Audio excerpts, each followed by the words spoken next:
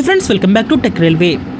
హైదరాబాద్ మహానగరం నుంచి రెండు వివిధ ప్రాంతాలకి రెండు కొత్త అమృత్ భారత్ ఎక్స్ప్రెస్ రైళ్ళు అనేవి అందుబాటులోకి రాబోతున్నట్లుగా తెలుస్తుంది. ఈ రైళ్ళ యొక్క వివరాలకు వెళ్తే, హైదరాబాద్ నుంచి వివిధ ప్రాంతాలకు వెళ్ళే ప్రయాణికుల రద్దీ అనేది విపరీతంగా ఉంటుంది. ప్రయాణికుల రద్దీని దృష్టిలో ఉంచుకొని వివిధ రకాల రైళ్ళని హైదరాబాద్ కేంద్రంగా రైల్వే శాఖ అందుబాటులోకి తీసుకురాగా, ప్రస్తుతం అమృత్ భారత్ ఎక్స్ప్రెస్ రైలు ఒక వంత అనేది వచ్చినట్లుగా అనుకోవచ్చు.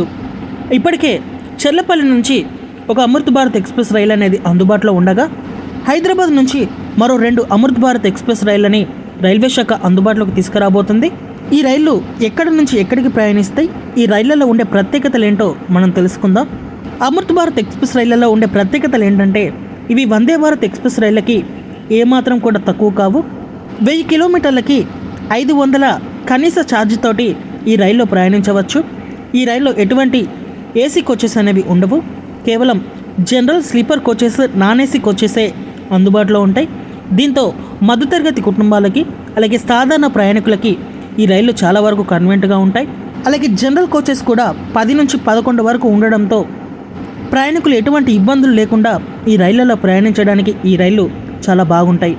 సీసీ కెమెరాస్, లోకో పైలట్తో కమ్యూనికేషన్, మల్టిపుల్ లోకోతోటి ఇక్కడ యాక్సలేషన్, కేవలం 1 నిమిషంలోనే 50 నుంచి 60 వరకు స్పీడ్ను అందుకునే విధంగా ఈ రైళ్ళని డిజైన్ చేయడం, ఇలాంటి కొన్ని కీలకమైన అప్డేట్స్ తోటి అమృత్ భారత్ ఎక్స్ప్రెస్ రైళ్ళని భారతీయ పట్టాల మీద అందుబాటులోకి తీసుకువచ్చారు.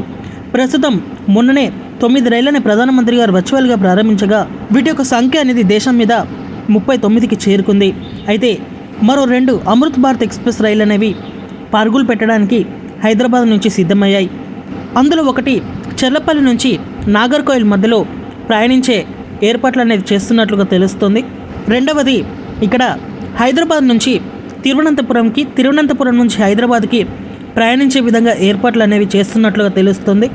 ఇంకా ఈ రైళ్ల మీద ఆఫీషియల్గా ఒక ప్రకటన అనేది అందుబాటులోకి వస్తాయి. ఈ రైలు వెళ్ళే మార్గాలు అలాగే స్టాపేజీ యొక్క వివరాలు అనేవి అందుబాటులోకి వస్తాయి.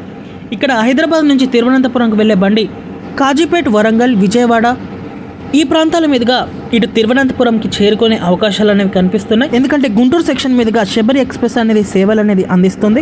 అయితే ఈ రైలు వరంగల్ మీదుగా ప్రవేశపెట్టే అవకాశాలు అనేవి ఎక్కువగా కనిపిస్తున్నాయి. నాగర్కోయిల్ అలాగే చర్లపల్లి మధ్యలో ప్రయాణించే బండి ఇక్కడ నల్గొండ, గుంటూరు సెక్షన్ గుండా వెళ్లే అవకాశాలు అనేవి ఎక్కువగా ఉన్నాయి.